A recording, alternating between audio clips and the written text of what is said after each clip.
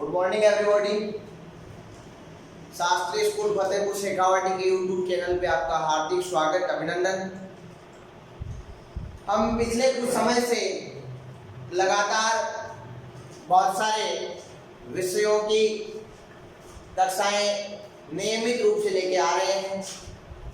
उसी क्रम को हम आगे बढ़ाते हैं। अपन पढ़ रहे थे बच्चों इलेक्ट्रिकल सर्किट,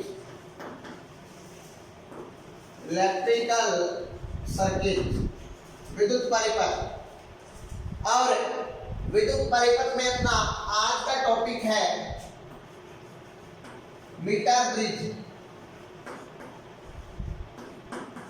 अपना आज का टॉपिक है मीटर ब्रिज। अपन ने कल पढ़ा था व्हीटस्टोन ब्रिज, आज अपन पढ़ेंगे मीटर ब्रिज, मीटर सेतु। ठीक है, देखो बच्चों होता है क्या है, सबसे पहले समझना वही है, परिभाषाएं देखेंगे इसकी कैसे ये बनता है। बच्चों कल हमने व्हीटस्टोन सेतु पढ़ा था, वो काम आता था अज्ञात प्रतिरोध निकालने के लिए। सिमिलर है, ये भी काम आता है अज्ञात प्रतिरोध निकालने के लिए।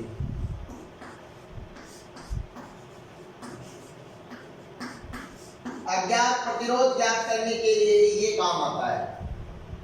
ठीक है, सेम टू सेम काम। अब आपको पता है जब इससे अज्ञात प्रतिरोध निकाला जा रहा है तो ये किस सिद्धांत पे काम करेगा?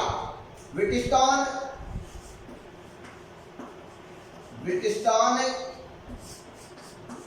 ब्रिज जो है ना, व्हीटस्टोन ब्रिज के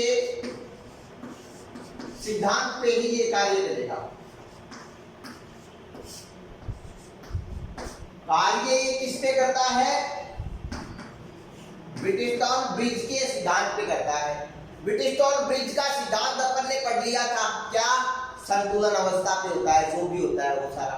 तो मतलब वो संतुलन अवस्था यहाँ पर भी आएगा। मतलब संतुलन अवस्था कब होती है? जब धारामापी में विक्षेप क्या आ रहा था? शून्य। यहाँ पर भी धारामापी में विक्षेप क्या आएगा? शून्य आएगा। और उसी अवस्था को हम क्या बोलेंगे? संतुलित अवस्था कहेंगे। ठीक है ना, पढ़ेंगे पहले होता क्या है। तो बच्चों बात ये आती है कि मीटर सेतु की जरूरत क्यों पड़ी? व्हीटस्टोन ब्रिज जब था ही तो फिर मीटर सेतु की क्यों आवश्यकता हुई अपन को? यहाँ पर अज्ञात प्रतिरोध ज्ञात करने की। बहुत ही अच्छा क्वेश्चन है बच्चों। मैंने क्या कहा कि जब व्हीटस्टोन ब्रिज आ चुका है, ये कंसेप्ट मिल गया था व्हीटस्टोन ब्रिज का अपन को, वहां से अपन अज्ञात प्रतिरोध निकाल रहे थे। मीटर ब्रिज भी क्यों बनाया गया? इससे भी क्या निकाला जाता है? अज्ञात प्रतिरोध। बच्चों ये एक प्रायोगिक व्यवस्था बोला जा सकता है प्रैक्टिकली। अब आप ये कहोगे प्रायोगिक व्यवस्था तो व्हीटस्टोन ब्रिज भी था, बिल्कुल बात सही है, वो भी था, प्रायोगिक ही है, वैसे कर सकते हैं, लेकिन टिपिकल, इससे टिपिकल है, काम करना थोड़ा सा इम्पॉसिबल है। रीडिंग संप्रेक्षण लेके वहां पर साधारणतया नहीं देख सकते, बट यहां से आसानी से देख सकेंगे। मतलब व्हीटस्टोन ब्रिज की बजाय प्रायोगिक व्यवस्था इसकी बहुत अच्छी है। किसकी? मीटर सेतु की। हम प्रैक्टिकल के द्वारा इसको आसानी से समझ सकते हैं। हालांकि काम उसी सिद्धांत पे करेगा, इसके सिद्धांत पे, व्हीटस्टोन ब्रिज के सिद्धांत पे करेगा, बट यहाँ पर इसका जो प्रैक्टिकली परीक्षण लेके हम गणना इसकी करेंगे तो वो आसानी से हो जाएगी। मतलब समझ में अच्छे तरीके से आएगा। ठीक है, और कहने का मतलब ये है कि उससे थोड़ा सुगम है। ठीक है, उससे थोड़ा क्या है? इजी है। ठीक है, अपन देखते हैं अब ये बनता कैसे है। क्या बनता है? मीटर से। सबसे पहले मीटर सेतु की बनावट की बात की जाती है। अभी तक अपन ने परिभाषा नहीं पढ़ी, अभी तक मैंने यही बताया कि ये क्या काम आता है और ये किस सिद्धांत पे काम करता है। अब मैं बनावट बताऊंगा और वहां से आपको परिभाषा समझ में आ जाएगी। मैं केवल कंस्ट्रक्शन बता रहा हूं किसकी? मीटर ब्रिज की। बच्चों अपन क्या करते हैं, 1 मीटर लंबा, देखो यहां मीटर नाम है ना, इसलिए 1 मीटर लंबा एक कांस्टेंट या मैग्नीज का बना हुआ वायर लेते हैं। ठीक है, मैंने माना कि ये मेरे पास में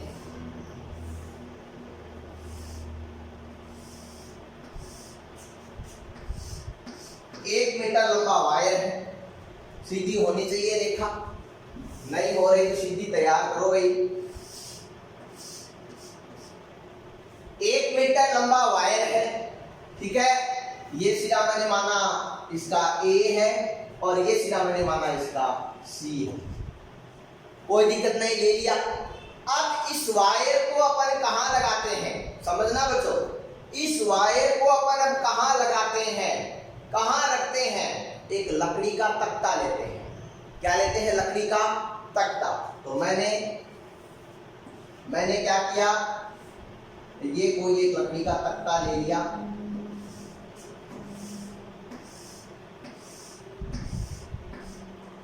और इस लकड़ी के तख्ते पे बिंदु A और B पर, ये है लकड़ी का तख्ता, इतना बच्चों भूल मत जाना, ये पूरा का पूरा यहां से लेके ये क्या है, लकड़ी का तख्ता है। ठीक है, इसके ऊपर मैंने 2 किले लगा दिए, किला A और किला C, साधारण भाषा में समझो। और इन दोनों किलों से मैंने जो अपना 1 मीटर लंबा तार जो था उसको बांध दिया। यहां तक कोई दिक्कत नहीं होनी चाहिए। अब क्या किया जाता है, अब इसके बाद में जो ये तख्ता है इसके ऊपर 1 मीटर स्केल लगी रहती है, मतलब यहाँ पर 1 मीटर स्केल लगी रहती है, जिस मीटर स्केल पे क्या रहता है, लंबाई पैमाने के रूप में अंकित रहती है। कैसे, जैसे यहाँ पर आ गई 10, ये हो गई 20, ये हो गई 30, ये हो गई 40, ये हो गई 50, ये हो गई 60, ये हो गई 70, ये हो गई 80, और बढ़ा देते हैं। देखो अपने को 100 तक लिखा, 100 सेंटीमीटर में कितना, भाई 100 सेंटीमीटर में कितना, 1 मीटर होता है कि नहीं होता, वही तो कंसेप्ट है। 90, और यहाँ तक पूरे कितने हो गए, 100, यहाँ कितने थे, 0। तो देखो अपन ने पूरा दिखा दिया, 1 मीटर दूरी जो थी उसको अपन ने सेंटीमीटर में दिखा दिया। ये हुआ कि नहीं हुआ बच्चों। तो अब क्या होता है इसके बाद में, और क्या होता है इसमें, ये जो बिंदु A है, या ऐसा समझा जा सकता है कि जो ये मीटर सेतु जो है, इसमें जो लकड़ी का तख्ता लिया गया है, इस तख्ते के दोनों सिरों पे एल आकार की तांबे की पत्तियां लगी रहती है। क्या लगी रहती है, एल आकार की तांबे की पत्तियां लगी रहती है। तो यहां पर जैसे ये है,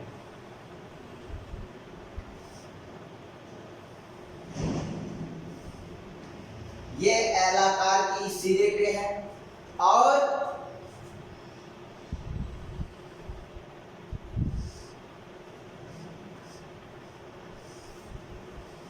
ये एल आकार की इस सिरे पे, दोनों को बराबर आकार की लेना है। ठीक है, कोई दिक्कत नहीं होनी चाहिए भाई। मैंने माना कि ये पत्ती मेरी है, वो है एम पत्ती, और इसका नाम दिया मैंने एम एन नाम दे दिया। एल इनका आकार है कि नहीं, देख लो भाई, एल आकार की है, कोई दिक्कत नहीं है, तांबे की होती है, और इनका प्रतिरोध नगण्य होता है। प्रतिरोध क्या होता है इनका, नगण्य। अब और क्या होता है इसमें, और दोनों पत्तियों के मध्य में एक आई आकार की अन्य पत्ती लगी रहती है। दोनों पत्तियों के मध्य में एक आई आकार की एक और पत्ती रहती है। ठीक है, एम एन, और इसका नाम दे दिया अपन ने आई। आई बच्चों बात समझ में। अब इन पत्तियों पे किले लगे हुए रहते हैं, इस पे एक किला यहाँ होता है, इस पे यहाँ होता है, इस पे ये 3 होते हैं। ठीक है, नाम दे दो भाई, जैसे इसका ले लिया अपन ने ए बी, ठीक है, फिर इसका ले दो डी, इसका ले दिया ई एफ जी, और ये हो गया एच, किलो के नाम दे। अब बच्चों ये बना अपना मीटर से, क्या बना, मीटर से। परिभाषा में हम क्या कहते हैं, परिभाषा में हम ये कहते हैं कि एक 1 मीटर लंबा मैग्नीज या कांस्टेंट का तार जो एक मीटर लंबे मीटर स्केल पे लगा रहता है और जिसकी सहायता से अज्ञात प्रतिरोध को ज्ञात किया जा सकता है, क्या कहलाता है? मीटर सेतु कहलाता है। ठीक है, या ऐसा कह सकते हैं कि वह 1 मीटर लंबे तार की, और तार किसका? मैग्नीज या कांस्टेंट की 1 मीटर लंबे तार की वह युक्ति जिसकी सहायता से क्या किया जा सकता है? अज्ञात प्रतिरोध का मान ज्ञात किया जा सकता है, मीटर सेतु। अब बच्चों बात करते हैं इसकी प्रायोगिक व्यवस्था की। प्रैक्टिकली अपन निकालते कैसे अज्ञात प्रतिरोध, वो चीज जो इंपॉर्टेंट है सबसे ज्यादा। प्रायोगिक व्यवस्था बोल दो या वर्किंग प्रोसेस भी कह सकते हैं। पहले व्यवस्था करते हैं फिर वर्किंग प्रोसेस करते हैं। ठीक है, क्या होता है प्रायोगिक व्यवस्था में बच्चों? प्रायोगिक व्यवस्था में बिंदु जो कील डी और ई है, इन दोनों के मध्य में, डी और ई के मध्य में एक प्रतिरोध बॉक्स लगा रहता है। क्या लगा रहता है? प्रतिरोध बॉक्स लगा रहता है। ठीक है, यहां पर एक रेजिस्टेंस बॉक्स लगा है, ये लग रहा अपना आर भी मैं ले रहा हूं नाम, ये रेजिस्टेंस बॉक्स की शॉर्ट फॉर्म है, प्रतिरोध बॉक्स। ठीक है, अब ये जो अपना कील थी वो कौन सी थी भाई? ई, इसको इंडिकेट कर दो ई, ये है डी, और ये जो आई थी अपने पास में, आई आकार की तांबे की प्लेट थी। अब बच्चों क्या किया जाता है?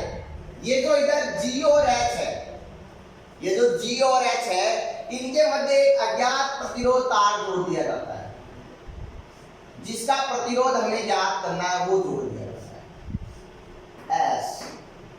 ये अपना क्या था भाई? इसका नाम क्या था? ई एफ जी था ना, इसका क्या था? एस था। ये लो, अभी तक कोई दिक्कतें नहीं हुई। मैं अभी केवल ये बता रहा हूँ प्रायोगिक व्यवस्था होती कैसे है, फिर ये बताऊंगा ये सब क्यों जोड़े जाते हैं, क्योंकि अपन कुछ चीज छोड़ते तो है ही नहीं, सारी बातें आपको बताई जाएगी। यहाँ पे क्या है, क्या काम है इसका, समझते जाओगे। समय तो लेते हैं थोड़ा सा, पढ़ने की आदत है नहीं अपन। अब देखो, ये जो बिंदु F है, बिंदु F जो है अपना, इस बिंदु F से धारामापी जुड़ता है। क्या जुड़ता है भाई? गैल्वेनोमीटर। और गैल्वेनोमीटर से जोकी को जोड़ा जाता है, गैल्वेनोमीटर से जोकी को जोड़ा जाता है। अब ये समझा दूंगा मैं, जोकी क्या होती है, विसर्जी कुंजी बोला जाता है हिंदी में, इसका मीनिंग बताएंगे क्या होती है। ये जो जोकी है, फिर इस जोकी को तार AC के मध्य में रगड़ा जाता है। तो मैंने माना कि ये कोई बिंदु है मेरा B बिंदु। आई बच्चों बात समझ में? यहाँ तक प्रायोगिक व्यवस्था हो रही है। फिर क्या किया जाता है? फिर जो A है, अपन को पता है धारा की आवश्यकता होती है अपने पास में, अन्यथा विक्षेप नोट किसका करेंगे? धारा का ही तो विक्षेप नोट करना है। तो मैं क्या करता हूं, A से एक सेल जोड़ता हूं, E विद्युत बल का, जिससे I धारा प्रवाहित होती है। इसके बाद में यहां पर मैं एक धारा नियंत्रक ऐड करता हूं, धारा नियंत्रक RH है। फिर मैं एक पूंजी ऐड कर देता हूं। पूंजी को अपन ऐसे भी दिखा सकते हैं बच्चों, और कल अपने बॉक्स बना के दिखाया था वैसे भी दिखा सकते हैं। और फिर इसको बिंदु C से मिला,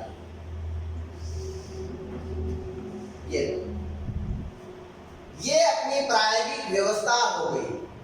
किस प्रकार से प्रायोगिक व्यवस्था की जाती है? तो अपन क्या करते हैं, मीटर सेतु के M पत्ती व I पत्ती के मध्य में रेजिस्टेंस बॉक्स, प्रतिरोध बॉक्स R भी लगाते हैं, जिसका प्रतिरोध हमें ज्ञात होता है। फिर ये जो I और N है, इसके मध्य में एक अज्ञात प्रतिरोध S लगाया जाता है, जिसको अपन को ज्ञात करना है। फिर जो अपना आई है इसके मध्य का जो कील है उससे धारा मापी को जोड़ के उसे विसर्जी कुंजी को जोड़ा जाता है और उसको तार एसी पे रगड़ा जाता है। परिपथ में धारा प्रवाहित करने के लिए बिंदु ए है और सी है, इसके मध्य में क्या जोड़ा जाता है, एक सेल जोड़ा जाता है। ठीक है, और ये जो एक धारा नियंत्रक धारा को नियंत्रित करने के लिए रेजिस्टेंस बॉक्स आर जोड़ा धारा नियंत्रक आर है जोड़ा जाता है और धारा प्रवाह को बंद करने के लिए या चालू करने के लिए एक कुंजी जोड़ी जाती है। ये तो प्रायोगिक व्यवस्था हो गई है। अब अपन चल रहे हैं प्रायोगिक व्यवस्था के बाद में वर्किंग प्रोसेस, काम कैसे होता है। यहाँ पर वर्किंग प्रोसेस, काम कैसे होता है। पहले अपन ने क्या पढ़ा कि काम आती क्या है, किस सिद्धांत पे काम करती है। अब जो मैंने वहां पर बताया था इस सिद्धांत पे काम करती है, कौन सा सिद्धांत था, व्हिटस्टोन सेतु के सिद्धांत। तब बात यह है कि व्हिटस्टोन सेतु तो ये कहता था कि वहां पर 4 प्रतिरोध थे, तो यहाँ पर 4 प्रतिरोध है क्या। आप कहोगे सर जी नहीं है, 2 दिखाई दे रहे हैं, अभी अपन 4 बताएंगे, वही 4 है यहाँ पर। फिर कहेंगे कि वहां पर बीच में धारा नियंत्रक जुड़ा हुआ था, यहाँ जुड़ा हुआ है क्या, बिल्कुल जुड़ा हुआ है, कोई दिक्कत नहीं है। मतलब ये उसी तरीके से काम करेगा। व्हिटस्टोन ब्रिज के सिद्धांत में कैसे करेगा वो समझो बच्चों। जब कुंजी को ऑन कर दिया जाता है, मतलब यहाँ डॉट लगा दी जाती है, तो इससे धारा प्रवाहित होती है, यहाँ से धारा उत्पन्न होती है, धारा आई जाती है, यहाँ धारा प्रवाहित होती है, धारा प्रवाहित होती है तो गैल्वेनोमीटर में विक्षेप उत्पन्न होता है, शोर सी बात है। अब बच्चों सबसे पहले तो यहाँ गैल्वेनोमीटर में जो विक्षेप उत्पन्न हो रहा है, इस विक्षेप को या जो कि जो यहाँ पर है इसको हम नोट विक्षेप किससे करेंगे, जो कि इसके ऊपर टच होगी तभी तो नोट कर पाएंगे। तो अपन जो कि को बिंदु ए पे टच करके देखते हैं और फिर इसको बिंदु सी पे टच करके देखते हैं और देखते हैं कि दोनों बार ए और सी पर जो विक्षेप आ रहा है वो अपोजिट आ रहा है कि नहीं आ रहा। मैं बताता हूँ कैसे, कि जैसे ये धारा मापी है, ठीक है ना, जब ए पे रख रहे हैं जो कि को अगर विक्षेप ऐसा आ रहा है और जब सी पे रख रहे हैं और विक्षेप यदि ऐसा आ रहा है तो काम सही है। और यदि ऐसा विक्षेप नहीं आ रहा, मतलब विपरीत विक्षेप नहीं आ रहा, तो अपन क्या करेंगे, अपन जो ये रेजिस्टेंस बॉक्स आरवी ले रहे हैं ना, इसमें से उतना प्रतिरोध निकालेंगे। ये रेजिस्टेंस बॉक्स है, इसमें क्या लगी रहती है, इसमें डॉट्स लगी रहती है। रेजिस्टेंस अपने को जितनी रेजिस्टेंस की जरूरत होती है उतनी डॉट हम वहां से हटा देते हैं। प्रैक्टिकल करेंगे तब समझ में आएगा, ठीक है ना।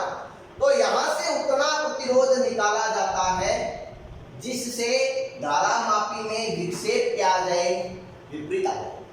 उतना प्रतिरोध अपने इच्छा अनुसार निकालते हैं जिससे क्या हो जाए कि ए और सी पे विक्षेप जो है वो शून्य हो जाए। आगे बच्चों बात समझ में। अब क्या किया जाता है, विक्षेप जब शून्य आ गया तो इस जोकी को तार पे रगड़ा जाता है और उस बिंदु को नोट किया जाता है जब धारा मापी में जो विक्षेप है वो शून्य आ रहे, मतलब अपन अविक्षेप की अवस्था को नोट करते हैं। कौन सी अवस्था को करते हैं, अविक्षेप की अवस्था। और अविक्षेप की अवस्था क्या है कि धारा माप में विक्षेप क्या हो, शून्य, मतलब इससे कोई धारा प्रवाहित नहीं हो। तो वो माना कि मैं अविक्षेप जो आ रहा है वो आ रहा है बिंदु बी पे। कहाँ आ रहा है विक्षेप, बिंदु बी पे। तो आप बताओ बच्चों, बिंदु बी तार एसी को 2 भागों में विभाजित कर रहा है कि नहीं कर रहा, कर रहा है ना। कौन कौन सा, तार ए बी और तार ए बी सी, मतलब 2 भागों में विभाजित कर रहा है। पहली बात समझ में आई, कितने भागों में विभाजित कर रहा है, 2 भागों में। मैंने माना कि ये जो तार है, तार ए बी, इसका प्रतिरोध तो है पी, और ये जो तार है पीसी है, सॉरी अपने पास में बीसी, इसका प्रतिरोध है क्यू। क्योंकि ये दोनों क्या है, तार तो एक ही है ना, ये 2 पार्ट में डिवाइड कर रहा है और बी बिंदु, इसलिए इनको हम आनुपातिक भुजाएं भी कह सकते हैं। कल कहा था ना व्हिटस्टोन ब्रिज में, जो पी और क्यू थे वो दोनों आनुपातिक बोले थे। आर को ज्ञात बोला था और एस को ज्ञात बोला था। उसी प्रकार से ये जो तार AC है इसको बिंदु B अनुपात में डिवाइड कर रहा है, तो इनको अपन क्या कहते हैं, आनुपातिक भुजाएं। ये क्या है, ज्ञात प्रतिरोध, ये अपन को क्या करना है, अज्ञात। तो ये देखो ऐसा कुछ प्राप्त हो गया अपन को, ये कुछ ऐसा प्राप्त हो गया हमको। ये बिंदु है अपना A, यहां पर जुड़ा RB, यहां पर जुड़ा अज्ञात प्रतिरोध S, ये बिंदु अपना है B, यहां पर जुड़ा क्या A, ये बिंदु तो था ना A, और यहां पर क्या जुड़ा अपना A, इसको मान लो एक ही बात यहां, और ये बिंदु B, यहां पे क्या जुड़ा है, ये D हो गया, सॉरी ये B हो गया, ये क्या है, वहां से देखो क्या है, A और किसके बीच में, C के बीच में, ऊपर क्या जुड़े हैं, RB और S। अपन ने A और C के बीच में ऊपर क्या जोड़ दिया, RB और S। नीचे क्या है, तार AB और तार BC। यहां पर बीच में क्या जुड़ा हुआ है, गैल्वेनोमीटर। अब देखो इसकी कंपैरिजन व्हीटस्टोन से करो। व्हीटस्टोन कैसा था, ऐसा,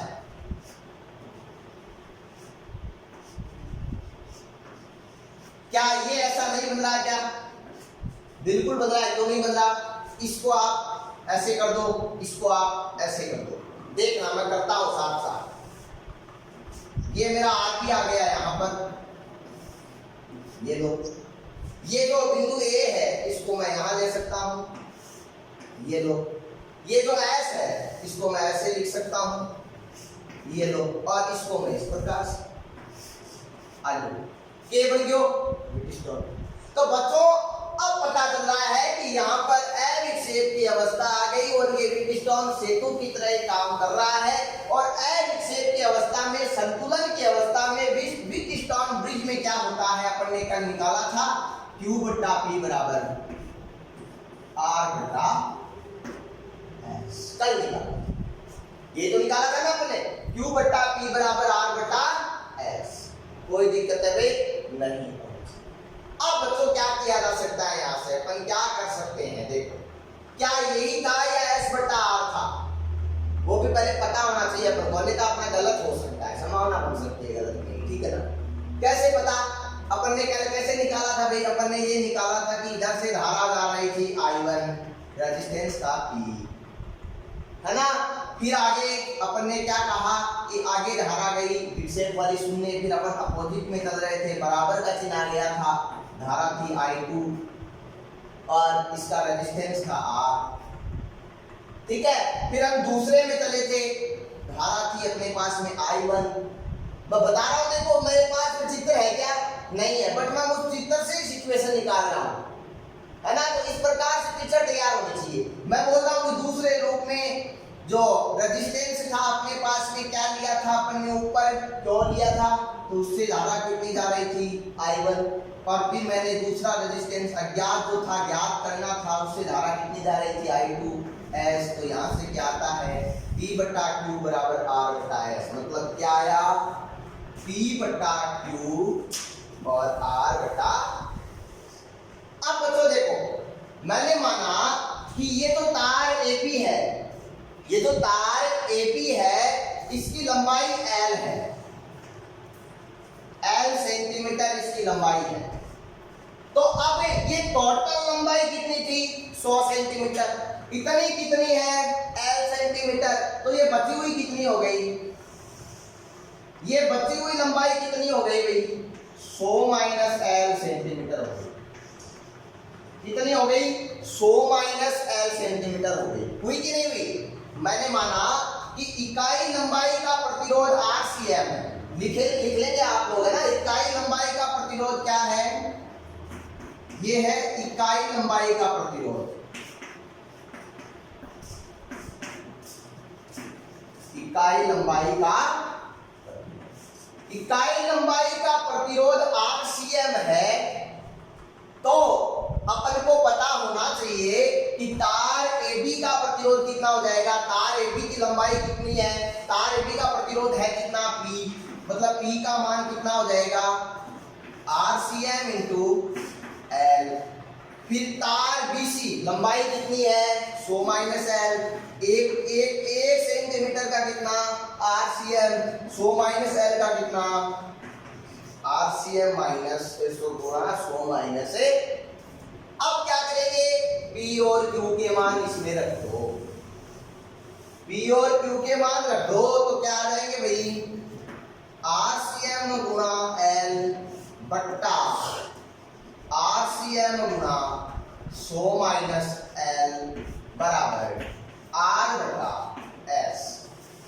यहां से अपने पास में RCM से RCM कैंसिल हो गया, क्या बचा L बटा 100 माइनस L बराबर R बटा S। अपोजिट कर लो भाई, तो S बटा R बराबर 100 माइनस L बटा L।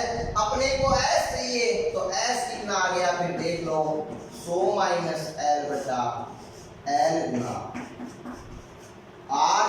तो ये आ गया मीटर सेतु की सहायता से अज्ञात प्रतिरोध अपन ने निकाली। सबसे अच्छी व्यवस्था क्या होती है, मतलब सबसे शानदार तरीके से कब निकाला जा सकता है, जब जो संतुलन बिंदु है वो मध्य में आए। क्यों, क्योंकि मध्य में आएगा तो इसका मान L का मान है वो लगभग कितना 50 के इक्वल। यहाँ पर 100 माइनस 50 जाएंगे तो कितने बचेंगे, 50 बचेंगे। और ये कितना 50 की है, 50 बटा 50 कितने 1 हो जाएंगे, 1 हो जाएंगे तो 1 गुना R, 1 गुना R कितना होगा भी देखना है, किसके बराबर आएगा, S R के बराबर आएगा। तो सबसे अच्छे तरीके से, मतलब त्रुटि अगर अपन को कम से कम चाहिए तो उस स्थिति में संतुलन कहाँ होना चाहिए, इस बिंदु पे। अब बच्चों मैं आपको एक दो इसकी विशेष कंडीशंस बताता हूँ, विशेष स्थितियां बताता हूँ। और विशेष स्थितियों में यही है कि एक स्थिति बच्चों ऐसी आती है, ऐसी स्थिति ये आती है कि अपन ने क्या लिया है, इस तांबे की दोनों जो पत्तियां हैं इनका प्रतिरोध अपन ने नगण्य माना है। बीच की पत्ती है इसका प्रतिरोध भी अपन ने नगण्य माना है, लेकिन इनका कुछ न कुछ तो होता ही है। अगर बच्चों इनका प्रतिरोध ज्यादा होता है तो ये मीटर सेतु की बजाय अपन केरी फास्टर सेतु काम में लेते हैं, जो आपके सिलेबस में नहीं है। पहली सिचुएशन। दूसरी बात ये आपके लिए दूसरी सावधानी है प्रयोग करते समय, सावधानी ये है कि अपन ने प्रत्येक बिंदु पे माना है कि 1 सेंटीमीटर का प्रतिरोध कितना है RCL। इसका मतलब तार की मोटाई पूरे की 100 सेंटीमीटर का तार है तो हर जगह इसकी मोटाई क्या होनी चाहिए, बिल्कुल बराबर होनी चाहिए ना। और बिल्कुल बराबर कब होगी, जब ये अपन जो धोखी रगड़ रहे हैं इसको सावधानी पूर्वक रगड़ें। क्या रगड़ें, सावधानी पूर्वक। यदि धोखी को हम कहीं ज्यादा कहीं कम रगड़ते हैं तो तार की मोटाई क्या हो जाएगी, परिवर्तित। और तार की मोटाई परिवर्तित होते ही RCM का मान क्या होगा, परिवर्तित। और फिर अपने पास में एग्जिट रिजल्ट नहीं आएगा। तो बच्चों इस प्रकार से अपना मीटर सेतु कंप्लीट होता है। कल की क्लास में अपन अब मीटर सेतु और व्हीटस्टोन ब्रिज से दोनों से रिलेटेड एक एक क्वेश्चन करेंगे, ठीक है। इतना चैप्टर अब तक जो पढ़ाया है, आधा चैप्टर अपना कंप्लीट हो चुका है। अब तक अपन ने जो पढ़ा है उसको आप बहुत ही अच्छे तरीके से तैयार करें। और ये जो टॉपिक्स चल रहे हैं, जैसे कल अपन ने व्हीटस्टोन ब्रिज पढ़ा, आज अपन ने मीटर सेतु पढ़ा, अपन हम कल न्यूमेरिकल करेंगे, उसके बाद में विलोम मापी शुरू करेंगे। इन तीनों में से मोस्टली क्वेश्चन पूछ लिया जाता है और वैसे बच्चों बहुत ही उपयोगी है, ठीक है। तो आज की क्लास में बस इतना ही। बहुत बहुत धन्यवाद।